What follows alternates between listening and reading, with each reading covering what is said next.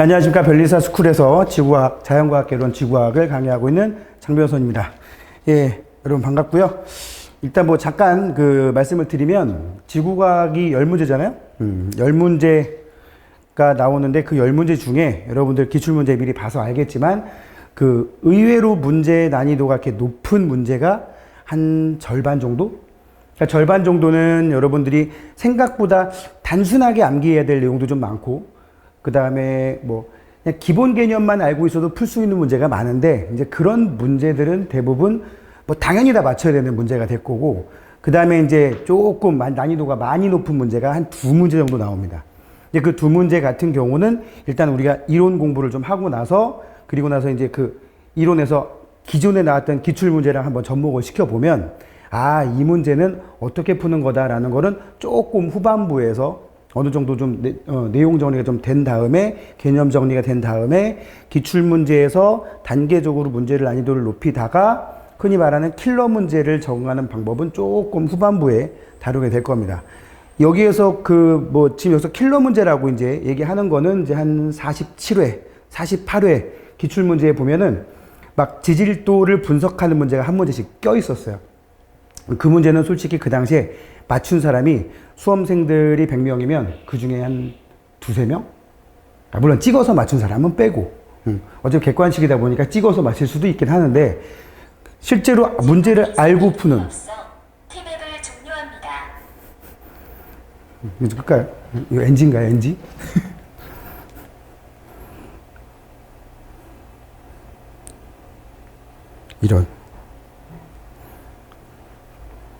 이런 실수를, 야, 말도 안 되는.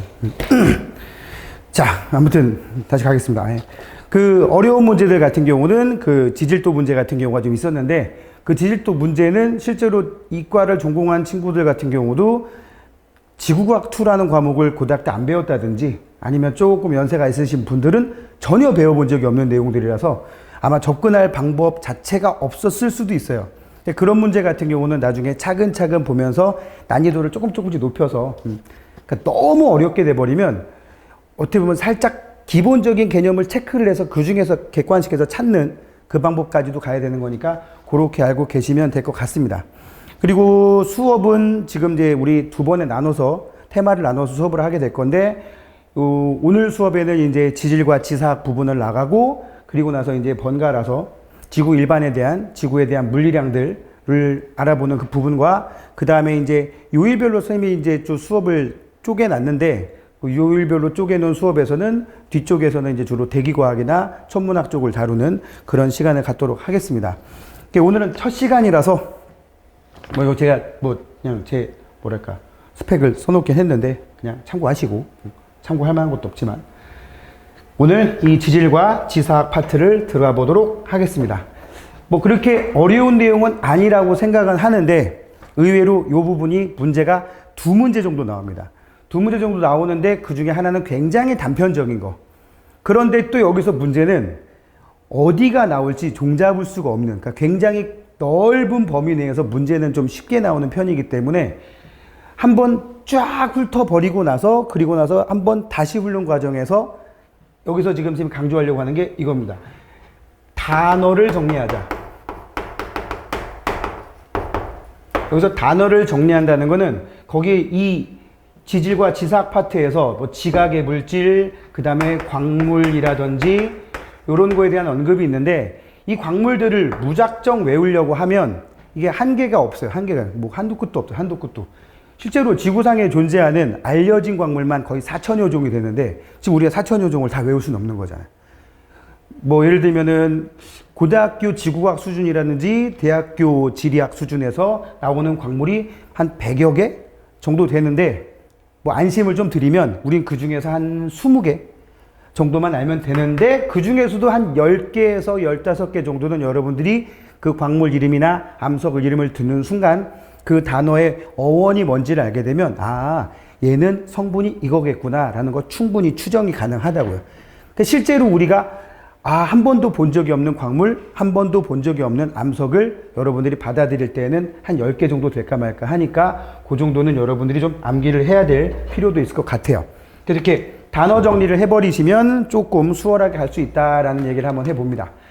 하여튼 지각의 물질부터 이제 들어가도록 할 텐데 좀 글씨가 작나요? 우리 여기 광물의 조건 가기 전에, 광물의 구조 가기 전에 요 얘기를 한번 해볼게요. 우리가 지금 공부하는 게 지구라고 하는 분야인데, 그죠? 지구에서도 지금 오늘 들어가는 부분이 고체지구라고 하는 파트인데, 이 고체지구의 연구 대상은 당연히 지구의 표면에서부터 지구 내부까지 다 포함하게 됩니다. 그죠? 그 중에서 우리는 이 표면에 가까운 부분을 공부를 하게 돼요. 그러면 이제 아주 단순하게 가면 이 지구의 표면은 뭘로 되어 있느냐? 딱딱한 껍데기로 되어 있다. 그래서 여기다가 그냥 간단하게 한번 지구 내부를 한번 추정을 해 본다면, 지구 내부를 이렇게 그리면 지구의 가장 바깥 부분은 요렇게 지구의 껍데기, 지각이라고 하는 부분으로 되어 있더라. 이거 지금 여러분들 알고 있는 내용일 거라고 생각을 하는데, 지각이라는 부분으로 되어 있더라. 그리고 굉장히 많은 부분이 멘틀이라고 하는 부분으로 되어 있더라.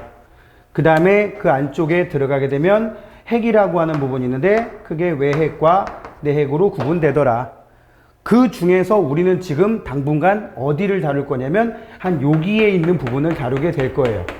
지각 또는 멘틀의 약간, 지각과 굉장히 가까운 멘틀의 최상부, 요 부분을 이제 다루게 될 건데, 여기에 이제 대부분 암석과 지금 우리가 공부하는 광물로 이루어져 있는데, 이제 포함 관계를 한번 얘기해 보고 가려고 합니다.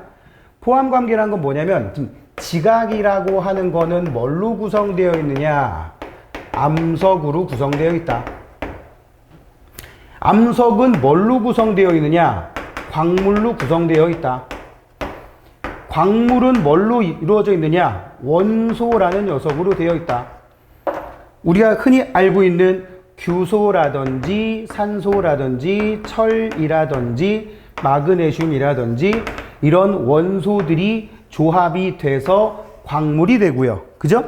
뭐 그냥 아주 쉬운 광물들 몇 개 쓰면 뭐 NaCl도 광물이고, 뭐 예를 들어서 뭐 CaCO3, 탄산 칼슘도 광물이고, 이런 것들을 우리는 광물, 미네랄이라고 합니다. 그죠? 대부분 지각의 고체 상태로 존재하거나 아니면 여러 가지 물 속에 뭐 예를 들어 이온의 형태로 존재하거나, 대부분 광물은 고체 상태로 존재하거나 이온의 상태로 존재하거나 이런 것들이 광물이 되겠고, 흔히 미네랄이라고 얘기하는 게 되겠고요. 이런 아까도 말했지만 한 4천여 종에 해당하는 이런 광물들이 모여서 뭐가 된다? 암석이라는 녀석이 된다.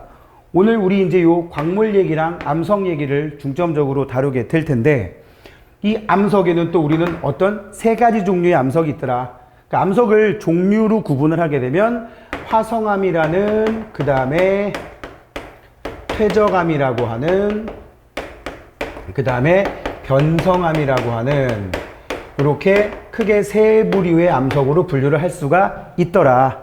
그러면서 지구상에서 이런 녀석들이 상호작용을 하면서 각종 지각 변동을 일으키는 내용도 우리는 공부를 하게 될 겁니다. 자, 여기에 나왔던 이 광물 얘기를 보면서 그러면 어떤 걸 광물이라고 하느냐. 자, 이제 여러분들 지금 보시면 광물이라고 하는 거, 미네랄이라고 하는 녀석은 조건이 자연적으로 만들어진 고체의 무기물, 그 다음에 화합물을 말하며, 그래서 여기 지금 암염 써놨지만 뭐 예를 들면은 아까 얘기했듯이 CaCO3라는 탄산칼슘도 들어갈 수가 있겠고, 그 다음에 뭐 예를 들어서 CaSO4, 참고로 얘는 황산칼슘이라고 부르는데 여기에 물 분자가 2개 정도 섞여 있는, 요게 뭘까요? 여러분들이 좀 들어본 적이 있는 광물을 일부러 써봤어요. 얘 이름이 석고예요. 석고. 그 미술학원 가면 이렇게 머리만 막 있는 그 석고상들, 걔네들이 이런 성분, 이런 것들을 우리는 광물이라고 얘기를 하더라. 심지어 광물 중에는 이렇게 화합물, 원소가 여러 개 이상 결합되어 있는 이런 물질들, 어쩌고 저쩌고 이런 식으로 양이온과 음이온이 결합되어 있는 녀석들도 있지만, 원소 자체가 하나의 광물인 경우도 있어요.